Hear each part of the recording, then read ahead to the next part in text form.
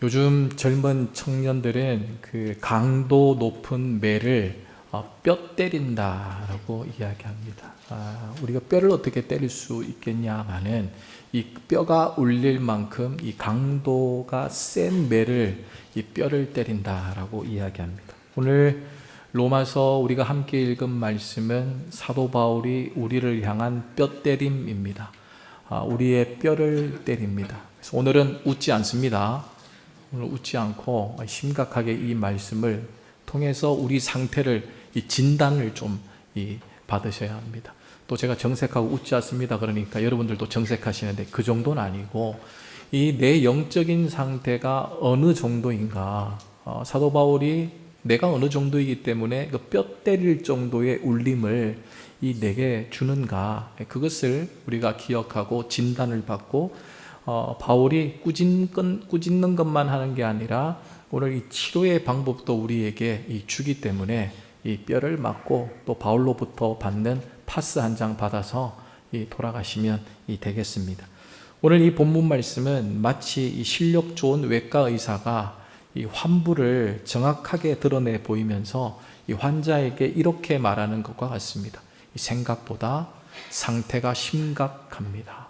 이 정확히 그 환부를 도려내고 난 다음 들여다본 다음에 이 생각보다 당신의 상태가 심각합니다라고 말하는 것과 같습니다. 그렇게 진단하는 거죠. 우리는 아무도 이런 진단을 받고 싶어 하지 않습니다. 정확한 진단 없이는 그러나 우리가 결코 치료될 수 없다라는 것도 알아야 합니다. 당신이 심각한 상태에 놓였다라는 것을 진단받고 싶지 않지만, 그러나 우리가 이런 진단을 받아야 할 이유는 정확한 진단 뒤에야 비로소 이 치료로 이어질 수 있기 때문입니다. 오늘 말씀은 이렇게 시작을 합니다. 우리는 나는 괜찮은 사람이다, 나는 그래도 쓸만한 사람이다, 이 자기 체면 속에서 살아가는 시대를 살고 있지 않습니까? 물론 우리가 다 완벽하지는 않지만 흔히 뉴스에 나오는 흉악범들이나 매일 싸우고 있는 파렴치한 정치인에 비하면 나는 그래도 괜찮은 사람이다, 그들에 비하면 나는 괜찮다라고 말할 수 있습니다. 우리는 스스로의 도덕적 잣대를 만들어서 다른 사람과 비교를 하면서 상대적으로 나는 우월하다라고 생각을 합니다. 그러면서 안도감을 가지게 되는 거죠. 죄인이라는 말은 나와는 상관없는 옛날 이야기, 그러거나 아주 특별하고 극악무도한 사람들에게 붙이는 꼬리표처럼 여겼습니다. 그러나 오늘 사도 바울은 그 모든 자기 위안과 변명, 그 모든 상대적인 비교의 커튼을 집어치우라, 그렇게 이야기합니다. 그리고 하나님 앞에서 벌거벗은 인간의 실존을 그대로 고발합니다. 그리고 그 처절한 현실 끝에서 비로소 시작되는 비교할 수 없는 하나님의 은혜를 또한 선포해 주기도 합니다. 처절한 현실을 마주하지 못하면 은혜로 나아갈 수 없습니다. 내 처지를 제대로 진단하지 못하면 완전한 치료가 있을 수 없습니다. 그래서 오늘 말씀을 통해 나는 괜찮다, 나는 그럭저럭 쓸만한 사람이다 라는 우리의 모든 입이 닫히고 오직 주님의 은혜가 필요합니다 라는 이 진실의 고백의 문이 열려지는 시간이 되어야 합니다. 오늘 이 말씀을 들을 때에 자꾸 집중해서 흐트러지거나 이 마음의 중심을 잡지 못하시는 분들은 나한테 하는 이야기다, 나다 이렇게 주문을 외우시면 도움이 됩니다. 너다, 너한테 하는 이야기다 이러면 아무렇게 도움이 되지도 않고 남 이야기처럼 들려지기 때문에 은혜가 되지 않습니다. 바울은 오늘 9절을 시작하면서 스스로 질문을 던지며 이 논증의 대단원을 시작하는데, 첫 번째 우리에게 주시는 말씀은 인류를 향한 하나님의 진단, 그 하나님의 진단이 뭐냐 그러면 다 죄 아래에 있다라는 이 말입니다. 9절 말씀을 함께 읽어보시겠습니다. 그러면 어떠하냐? 우리는 나으냐? 결코 아니라 유대인이나 헬라인이나 다 죄 아래 있다고 우리가 이미 선언하였느니라. 여기서 바울이 말하는 우리는 나으냐라는 말은 바울 본인도 유대인이지 않습니까? 그러니까 이렇게 말하는 거예요. 야, 유대인은 나으냐? 왜냐하면 유대인들은 당시만 하더라도 우리는 하나님의 택한 백성이라는 선민의식이 자리 잡고 있었기 때문입니다. 그 영적인 우월감을 이 정면으로 바울이 지적하는 겁니다. 당신들이 우월하다고 생각해? 우리가 우월하다고 생각해? 물론 우리가 율법을 가졌고 할례를 받았고 거룩한 예배의 전통을 지키지만 우리가 절대 우월할 수 없다. 우리가 이방인들보다 더 낫다고 말할 수 없다라고 이야기합니다. 어쩌면 이 바울의 이 이야기는 오늘날 이 교회를 다니고 있는 우리 모두를 향한 말이기도 합니다. 우리는 그렇게 생각합니다. 우린 좀 다르지. 믿는 사람은 좀 다르지 라고 이야기하죠.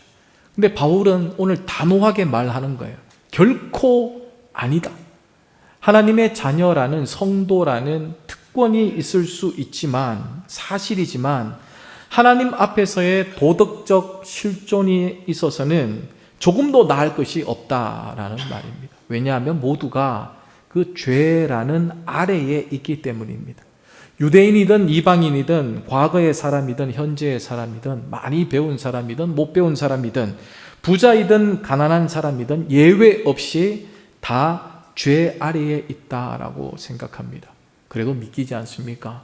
나는 주일 성수도 하고 헌금도 하고 봉사도 하는데 그래도 세상 사람들보다 낫지 않은가?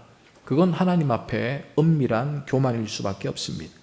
오늘 죄 아래 있다라는 헬라어 표현은 단순히 가끔 죄를 짓는 상태를 이야기하는 것 아닙니다. 그러니까 나는 멀쩡한 사람인데 이 가끔 죄를 질 때가 있지. 그래서 오늘 성경이 나보고 이 죄 아래 있다라고 하는 것 같다라고 생각한다면 오해입니다. 죄라는 거대한 폭군 아래에 그 권세에 짓눌려서 신음하고 있는 노예의 상태, 그 상태를 지금 바울이 말하고 있는 겁니다. 이것은 마치 이 독가스가 가득 찬 방 안에 갇힌 사람과 같습니다. 그 사람은 문을 열려고 해도 열쇠가 없습니다. 나가고 싶어도 나갈 수가 없습니다. 숨을 쉴 때마다 오히려 독가스가 내 몸 안으로 스며 들어옵니다. 가끔 좋은 행동을 하고 싶어도 선한 행동을 하고 싶어도 결국 방 안에 갇힌 신세이기 때문에 그 독가스의 영향 아래에 있기 때문에 온전한 생명을 유지할 수 없다라고 말합니다. 죄라는 것은 바로 이처럼 우리의 의지, 생각, 행동 이 모든 것들을 지배하는 강력한 세력이라는 것을 우리가 부인하지 못합니다. 우리 스스로의 힘으로는 그 방을 벗어날 수 없습니다. 그래서 그 방을 열어줄 수 있는 분이 필요합니다. 죄는 우리의 선택지를 통제하고 우리의 생각을 왜곡하며 우리의 의지를 무력하게 만드는 강력한 지배 세력입니다. 우리는 스스로의 힘으로는 그 죄의 중력에서 결코 벗어날 수 없는 존재다라는 사실을 인식하면서 살아야 합니다. 바울은 이 서늘한 진단을 자신의 생각이 아니고 구약 성경의 증언들을 통해서 확정시키고 있습니다. 오늘 우리가 읽은 본문 말씀 10절과 12절까지 말씀은 시편 말씀을 인용해서 망치를 그듯 내리치듯 선포하는 말씀입니다. 이 과거에 오락실이라는 것 앞에 가면 두더지 게임이라는 게 있잖아요. 두더지가 살고 싶어서 튀어나올 때에 우리는 가감히 그걸 망치로 들어가! 여기서 또 나오면 들어가! 뭐 이렇게 하지 않습니까? 지금부터 말하고 있는 바울의 말씀은 그렇습니다. 우리 그 정도는 아닌데 들어가! 나는 들어가! 뭐 이렇게 계속 두들겨 맞는 듯한 아예 일어서지 못하게 하는 말씀이 10절과 12절까지의 말씀입니다. 우리 함께 읽어보시겠습니다. 기록된 바 의인은 없나니 깨닫는 자도 없고 하나님을 찾는 자도 없고 다 치우쳐 함께 무익하게 되고 선을 행하는 자는 없나니 하나도 없도다. 여러분, 없다라는 말이 망치로 몇 번 두들겨 맞습니까? 4번. 없다라는 말이 망치로 둔갑해서 4번이나 내리칩니다. 또 하나도 없다라는 말도 2번이나 반복됩니다. 그러니까 이 짧은 2구절 말씀 속에 없다라는 말이 4번, 하나도 없다라는 말이 두 번입니다. 무엇을 이야기하는 겁니까? 예외를 허용하지 않는 절대적인 선언입니다. 예외 없어. 모두가 다 죄 아래에 있어. 한 명도 피해 나갈 수 없어. 이 말씀 앞에 고개를 끄덕이면서도 우리는 이렇게 생각할 수도 있죠. 아이, 그래도 세상에 법 없이 사는 사람도 내 주위에 있는데 인류를 위해 자신을 희생한 위인들도 있지 않나. 이순신 같은 사람들. 그런 사람들도 있지 않는가라고 생각할 수 있습니다. 물론 인간적인 기준에 보면, 상대적으로 보면 나보다 더 선한 사람과 더 악한 사람이 있을 수 있죠. 지금 여러분 옆에 있는 분들이 나보다 더 선해 보입니까? 나보다 더 악해 보입니까? 나 옆에 있는 사람보다 더 선할 수 있지. 고개 돌리지 마세요. 오해합니다. 오늘 웃지 않습니다. 나보다 더 선한 사람 안, 나보다 더, 나는 이 사람보다는 좀 낫지. 생각할 수 있습니다. 그러나 하나님의 절대적인 이 거룩함이라는 다림줄 아래에 비추어 보면 모든 인간은 다 기울어져 있는 거예요. 모든 사람들은 기준 미달인 거예요. 그 기준을 우리가 세울 수 없습니다. 하나님이 그 기준을 이미 세워두셨습니다. 그런데 우리의 어떤 노력으로도 그 기준을 넘어설 수가 없습니다. 그 기준을 넘어설 수 없기 때문에 우리는 다 죄인이라는 사실을 부정할 수 없습니다. 아무리 깨끗해 보이는 흰 옷을 입었다 하더라도 눈부신 설원 위에 갖다 놓으면 누렇게 보여요. 누렇게 보이는 거예요. 나는 오늘 나름대로 깨끗하게 입고 흰 옷을 입었다 생각하지만 눈부신 설원 위에 딱 세워보십시오. 금방 표시납니다. 누렇게 보이는 겁니다. 하나님을 떠난 인간이 행하는 선행은 그 동기를 깊이 파고 들어가면 결국에는 자기 의의 만족이라든지 사람들의 인정을 구하는 이기심과 연결되어 있다는 것을 우리가 쉽게 알 수 있습니다. 그러니까 근원적으로 하나님을 향하지 않는 모든 노력은 결국 무익한 것이다라는 것을 바울이 강조하고 있는 거죠.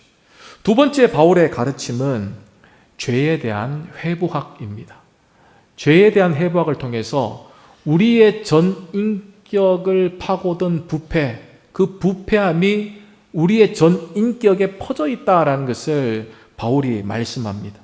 바울은 인간의 죄가 얼마나 구체적이고 전 인격적으로 퍼져 있는지 신체의 각 부분을 통해 해부하듯 말씀해 줍니다. 이 이야기는 2000년 전 사람들의 이야기가 아니라 오늘을 살고 있는 우리를 향한 적나라하게 비추는 거울과 같습니다. 첫 번째는 말의 타락이다. 말이 부패되어 있다라고 이야기하죠. 13절과 14절 말씀을 함께 읽어봅니다. 그들의 목구멍은 열린 무덤이요 속임을 일삼으며 그 입술에는 복사의 독이 있고 그 입에는 저주와 악독이 가득하고. 열린 무덤 보신 적 있습니까? 열린 무덤이 얼마나 섬뜩한 이미지를 우리에게 보여주는 말입니까? 무덤에서, 열린 무덤에서 썩은 시체의 악취가 풍겨져 나오듯이 하나님과 단절된 인간의 내면으로부터 나오는 모든 말들은 죽음의 부패의 냄새를 풍긴다라는 말, 그 말을 내뱉는다라는 것을 바울이 이야기합니다. 하나님과 단절된 사람의 말은 마치 열린 무덤에서 나오는 냄새와 똑같다라고 지적하는 거죠. 우리는 혀로 진실을 교묘하게 왜곡해서 자신을 방어하는 수단으로 삼습니다. 뿐만 아니라 입술로는 은근한 비방과 험담으로 이 공동체를 무너뜨리기도 합니다. 익명이라는 가면 뒤에 숨어서 상대방에게 상처 주는 말을 합니다. 내 말이 아니고 그 사람이 그렇대, 그 사람이 그렇다고 하더라 라는 익명의 말로 상대방에게 상처를 주는 말, 그 말을 우리가 서슴지 않고 하고 있는 거죠. 그래서 바울은 우리의 말, 우리의 입술이 열린 무덤과 똑같다라고 지적하는 겁니다. 두 번째는 행동의 타락을 말씀합니다.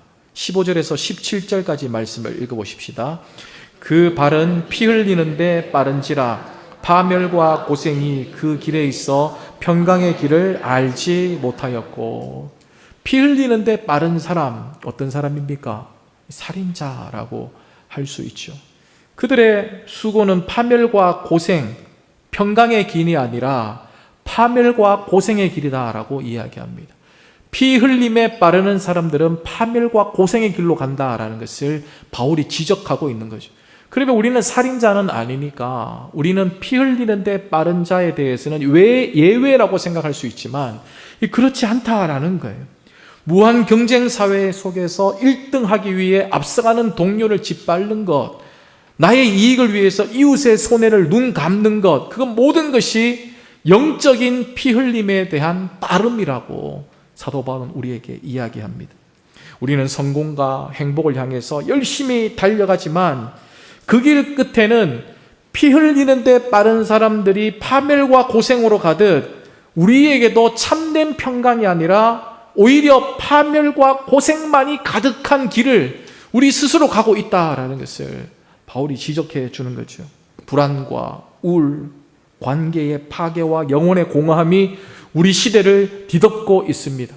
어떻게든 끄집어 내리려고 하고 어떻게든 밟고 올라가려고 합니다. 이로 인해서 이런 인생을 사는 우리들에게는 평강으로 가는 길 자체를 잃어버린 미화와 같습니다. 길을 잃어버린 미화, 이 고아가 되어버렸습니다. 세 번째는 타락의 근원을 말하는데 보다 더 심각한 상태입니다. 18절 말씀을 함께 읽어보시겠습니다. 그들의 눈앞에 하나님을 두려워함이 없느니라. 여러분, 우리 몸의 부패의 근원적인 문제가 바로 여기에 있는 것 아닙니까? 문제의 핵심입니다. 우리의 눈이 하나님을 향해 있지 않고 우리의 생각에 하나님을 경외하는 마음이 전혀 없습니다. 정말 여러분, 하나님 두려워하십니까? 하나님이 두려워서 오늘 하루를 되돌아보면서 성찰하시고 내일은 제발 그렇게 살지 말아야지, 그런 고백이 날마다 있습니까? 자신을 돌아보지 못하면 우리의 목구멍과 혀와 입술과 발이 제멋대로, 내 마음대로가 아닌 자기들 마음대로 죄의 도구가 되어버립니다. 여기서 하나님을 두려워함은 공포에 떠는 것이 아니라 창조주 하나님을 내 삶의 절대 기준으로 삼지 못하는 영적인 상태를 이야기하는 거죠. 하나님을 내 삶의 절대 기준으로 삼으면 하나님을 두려워할 수밖에 없습니다. 그런데 삶이, 하나님의 가르침이 내 삶의 절대 기준이 아니에요. 그러면 하나님을 두려워할 필요가 없어요. 교통법규를 왜 지킵니까? 딱지 벌금 무는 게 두려워서 지키는 거죠. 그와 마찬가지로 하나님의 내 삶의 기준이 돼. 내가 잘못하면 하나님 내게 벌금 먹이신다. 내가 잘못하면 하나님 나를 구속시키신다. 이 절대 두려움 가운데 우리가 살아갈 때 내 삶의 기준은 하나님이 될 수 있고 하나님의 말씀이 될 수 있습니다. 근데 그 기준이 없으면 하나님을 두려워하지 않습니다. 내가 하고 싶은 대로 합니다. 이 경외심이 사라질 때 인간은 스스로가 자기 인생의 주인이 됩니다. 사용권자가 아니라 소유권자로 살아갑니다. 마침내 자기가 신이 됩니다. 그리고 내가 좋으면 선이고 내가 싫으면 악으로 다 판단하죠. 처음에 만났을 때 나에게 잘해주면 저 사람 선한 사람이야 라고 생각을 하다가 나에게 이익이 되지 않으면 그 사람을 악한 사람으로 몰아붙이는 것과 다를 바 없습니다. 그 결과는 혼돈과 이 파멸뿐입니다. 여기까지 듣고 보니 어떻습니까? 내가 죄 아래 있다. 헤어나갈 수 없구나. 그리고 내 몸과 내 행동과 내 말과 내 인간의 근원부터 다 부패됐구나 라는 생각들을 할 수 있습니다. 그러면서 우리가 의지하는 것 하나 있죠. 그 의지가 바로 율법이라는 겁니다. 내가 선하게 살면, 내가 착하게 살면 구원받는 거지. 죄 아래 있다라고 하지만 나는 착하게 살면서 선하게 살면서 그 선을 뛰어넘을 수가 있다. 또 내가 부패됐다라고 이야기하지만 선한 작용을 통해서 정화할 수 있다라고 생각을 합니다. 그러면서 유대인들이나 모든 사람들은 그 율법에 의지했었습니다. 그런데 이제 바울은 그 율법의 제대로 된 역할을 이야기해 줍니다. 세 번째 바울이 우리에게 주는 가르침은 율법의 역할을 말하면서 모든 입을 막고 심판 아래에 우리를 세우게 됩니다.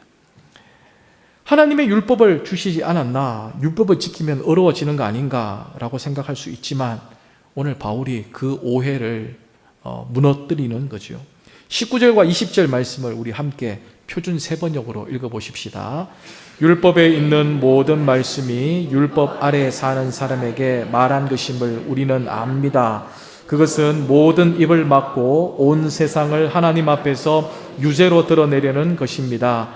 그러므로 율법의 행위로는 하나님 앞에서 의롭다고 인정받을 사람이 아무도 없습니다. 율법으로는 죄를 인식할 뿐입니다.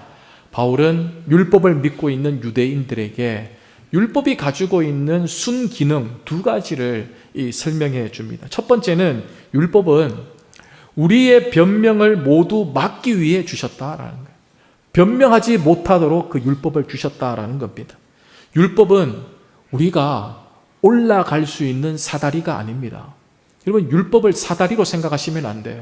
내가 타고 올라가서 하나님 경지에 맞닿을 거야 라고 생각해서는 안 된다는 이야기예요. 율법은 사다리가 아니라 거울입니다. 비추어 보면서 내가 어디에 때가 묻었는지 그것을 비추어 보는 역할을 하는 이 거울입니다. 여러분, 거울을 왜 보십니까? 내가 얼굴에 뭐 묻은 게 없나, 이 수금댕이가 묻지 않았나라고 보는 거죠.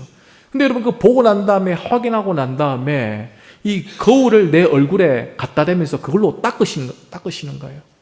혹시 이렇게 보면서 내 얼굴에 뭐가 묻었으면 거울에다가 내 얼굴을 막 묻대면서 씻어보려고 닦아보려고 하십니까? 그게 아니죠. 거울의 용도는 그렇지 않습니다. 거울은 내 때 묻은 부분을 보여줄 뿐입니다. 마찬가지로 율법은 너는 살인했다, 너는 간음했다, 너는 거짓말했다, 너는 도둑질했다 고발하면서 그것을 거울을 통해서 보여주고, 너는 그 사람들보다 절대 낫지 않다, 너도 결코 마찬가지다라는 것을 보여주는 역할을 하는 겁니다. 그래서 우리의 모든 입을 틀어막습니다. 너 어디 가서 그렇지 않다라고 말하지 마, 너도 마찬가지니까. 우리의 모든 입을 틀어막게 하는 것이 율법의 순기능 중에 하나입니다. 두 번째는 죄를 깨닫게 하는 거죠. 율법은 마치 정밀한 이 진단기와 같습니다. MRI가 우리 몸속의 암세포를 정확하게 보여주지만 MRI가 암을 치료했다라는 이야기 들어보셨습니까? 치료하지 못하죠. 팔이 부러지고 다리가 부러지면 병원에 가서 엑스레이를 찍는데, 엑스레이를 찍는 이유는 치료하고 치유하기 위함이 아닙니다. 어디에 부러졌는지, 어떻게 부러졌는지 정확히 진단하기 위함입니다. 엑스레이 앞에, MRI 앞에 아무리 우리가 오래 서 있는다 하더라도 부러진 뼈가 붙을 수 없고 우리 몸에 퍼져 있는 암이 사라지지 않습니다. 율법은 우리 영혼 깊숙한 곳에 죄라는 종량을 남김없이 드러내지만 그것을 제거할 능력은 없다라는 거예요. 오히려 율법의 빛이 밝으면 밝을수록 우리 죄가 더 선명하게 드러날 뿐입니다. 결국 우리는 완전한 이 절망의 자리에 이르게 됩니다. 사다리가 있어서 율법이라는 사다리를 올라타고 내가 더 착하게, 내가 더 의롭게 살면 하늘에 맞닿을 수 있을 줄 알았는데 그 사다리는 올라가는 것이 아니다라는 것을 깨닫는 순간 이 절망하게 되는 거죠. 여러분, 그 사다리는 우리 게 아니에요. 우리가 기어 올라간다고 해서 하나님께 닿을 수 있는 게 아니에요. 그 사다리는 올라가는 용으로 만들어진 게 아니에요. 그럼 그 사다리는 왜 있느냐? 내려오는 용입니다. 주님이 하늘에서 우리로부터 내려오기 위해 그 사다리를 쓰시는 겁니다. 하나님이 내려오는 용으로 만들어 놓으셨는데 자꾸 우리가 그것을 기어 올라가려고 한들 어떻게 그 사다리를 통해서 하늘에 닿을 수 있겠습니까? 오히려 우리를 살리기 위해 내려오시는 그 사다리로부터 내려오는 주님을 우리가 이 땅에서 만나야 되는 거죠. 여러분, 기독교는요 대단한 종교예요. 우리 개신교는요 위대한 종교예요. 모든 종교는 올라가려고 해요. 그런데 아무리 올라가도 사다리의 끝이 보이지 않아요. 그러다가 절망하고 그러다가 포기합니다. 그런데 기독교와 개신교는요 그렇지 않아요. 주님이 내려와 버려요. 우리가 올라가지 못하니까 내려오셔서 그 문제를 해결해 주십니다. 올라가야 될 해결될 문제들이 내려와서 해결시켜 주십니다. 우리는 완전한 절망의 자리에 있지만, 그 권세에서 벗어날 수 없지만, 율법의 행위로는 의로워질 수 없지만, 모든 가능성이 차단되고 입이 닫혀버린 그 자리, 바로 그 자리에 주님이 그 사다리를 타고 내려오셔서 우리에게 복음의 음성을 들려주시면서 하늘로부터 새로운 가능성을 열어줍니다. 그래서 우리는 의대로 나아가야 되는 거예요. 죄 아래에 머물고 사는 인생이지만 죄 아래에 있는 또 다른 곳, 은혜의 아래로 나갈 수 있어야 합니다. 바울이 오늘 이처럼 처절할 정도로 우리에게 의인은 없다, 한 명도 없다, 의인은 없다, 한 명도 없다라고 주장하는 이유가 무엇입니까? 우리를 좌절시키기 위함입니까? 우리를 숨 못 쉬고 더 목을 재기 위해서 그 이야기를 하고 있는 겁니까? 아니요. 지금 바울은 우리를 좌절시키기 위함이 아니에요. 새로운 길을 알려주기 위함입니다. 스스로 구원하려는 모든 시도, 모든 헛된 시도를 버려라. 전적으로 하나님의 은혜만을 붙들어라. 라는 이야기를 바울이 이야기하고 있는 거죠.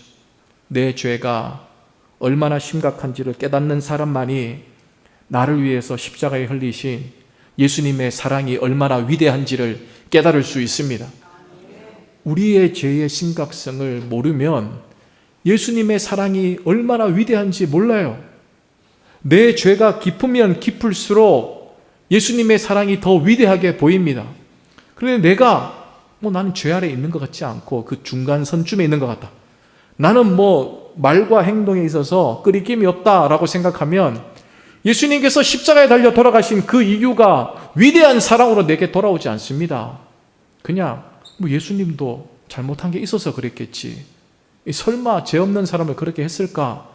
라는 어리석은 생각을 할 수밖에 없는 거죠.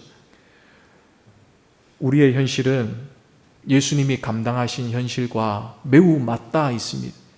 예수님은 이 땅에 오셔서 의인이 없고 서로 속이고 속이는 그 죄악된 세상의 한복판을 걸어가셨습니다. 유일하게 죄가 없으신 그분께서 열린 무덤과 같은 사람들의 악독한 말을 들으셨습니다. 독사의 독과 같은 배신을 당하셨고 피 흘리는데 빠른 자들 손에 이끌려서 십자가에 못 박혀 돌아가셨습니다. 예수님은 다 죄 아래에 있는 우리의 비참한 현실 속으로 친히 들어오셔서 그 모든 죄의 무거운 것을 홀로 감당하시고 우리를 대신해서 하나님의 심판을 받으셨습니다. 그러므로 다 죄 아래 있다라는 이 무서운 선언은 복음의 서곡입니다. 그래서 이 메시지는 끝이 아니라 시작입니다. 나의 의가 하나도 없는 죄인임을 인정할 때 우리는 비로소 예수 그리스도의 의를 옷 입을 수 있습니다. 내 힘으로는 하나님을 찾을 수 없는 존재임을 고백할 때 나를 먼저 찾아오시는 그 사다리로부터 내려오시는 주님을 만나고 하나님의 사랑에 감격할 수 있습니다. 율법 앞에서 나의 모든 입이 막힐 때 비로소 내 영혼은 십자가를 향해 하나님, 주님 나를 불쌍히 여겨 주시옵소서 라고 말할 수 있습니다. 오늘 이 시간 우리 자신에게 정직하게 물어보십시다. 나는 여전히 다른 사람과 비교하면서 나의 의로움을 쌓고 있는 것은 아닙니까? 나의 혀와 발, 나의 삶이 세상의 파멸과 고생을 만들어내는 데 쓰이고 있지는 않습니까? 무엇보다 나의 눈앞에 내 삶의 중심에 하나님을 두려워하는 마음, 그 마음이 우리에게 있습니까? 그러나 이 서늘한 진단 앞에 주눅들지 마십시오. 오히려 감사하십시오. 오늘의 이 진단이 있기 때문에 우리는 유일한 처방인 예수 그리스도를 복음으로 받을 수 있습니다. 다 죄 아래 있다라는 절망적인 현실은 그래서 우리 모두가 은혜 안에 거할 수 있다라는 가장 희망적인 소식의 출발점입니다. 내 안의 교만과 자기 의를 내려놓고 십자가 앞에 겸손히 나아가십시다. 그리하여 죄의 노예로 살지 않고 은혜의 자녀로 살아가는 감격이 죽음의 악취를 풍기는 말이 아니라 그리스도의 향기를 뿜어내는 입술이 되십시다. 오늘 내가 죄 아래 있다라는 것을 인식하고 내 말과 내 행동과 내 근원 자체가 부패됐다라는 것을 인정하고 율법으로 도저히 안 된다라는 것을 확정하면서 오직 예수님만이 나를 구원하실 유일한 세상의 처방이라는 것을 확신하면서 믿음의 길을 걸어가십시다.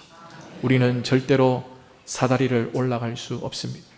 그 사다리는 우리가 올라가는 용이 아니라 주님이 내려오기 위하여 우리에게 주신 겁니다. 내려오셔서 우리를 구원하실 겁니다. 내려오셔서 우리를 살려주실 것입니다. 내려오셔서 우리 공간마다 우리가 살고 있는 삶의 터전마다 주의 복음으로 채워주실 것입니다. 다만 우리가 할 일은 인정하는 것이고 우리의 상태를 진단받는 것이고 유일한 처방인 예수 그리스도를 따르는 것입니다. 기도하시겠습니다. 자비로우신 하나님, 오늘 주신 말씀을 통해 의인은 없나니 하나도 없다라는 하나님의 선언 앞에 우리 자신을 비추어 봅니다. 우리는 스스로 괜찮은 사람이라 여기며 교만했고 우리의 혀와 발로 세상의 아픔을 더하며 살아왔음을 고백합니다. 우리의 모든 입을 막으시는 주님 앞에서 아무것도 내세울 것 없는 죄인임을 인정하게 하여 주시옵소서. 이 절망의 자리에서 우리를 위해 십자가를 지신 예수 그리스도를 바라보게 하시고 우리를 죄의 건세에서 건져내시고 하나님의 자녀 삼아주신 그 놀라운 은혜에 감사하게 하여 주시옵소서. 이제는 죄 아래가 아닌 은혜 아래에서 살게 하시고 우리를 판단의 도구가 아닌 사랑의 통로로 사용하여 주시옵소서. 우리의 삶이 절망하는 세상 속에서 오직 예수 그리스도만이 유일한 소망이심을 증거하는 복된 삶이 되게 하여 주시옵소서. 예수님의 이름으로 기도드리옵나이다.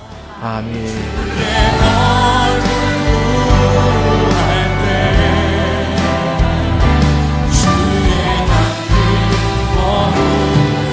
선포하며 나갑시다.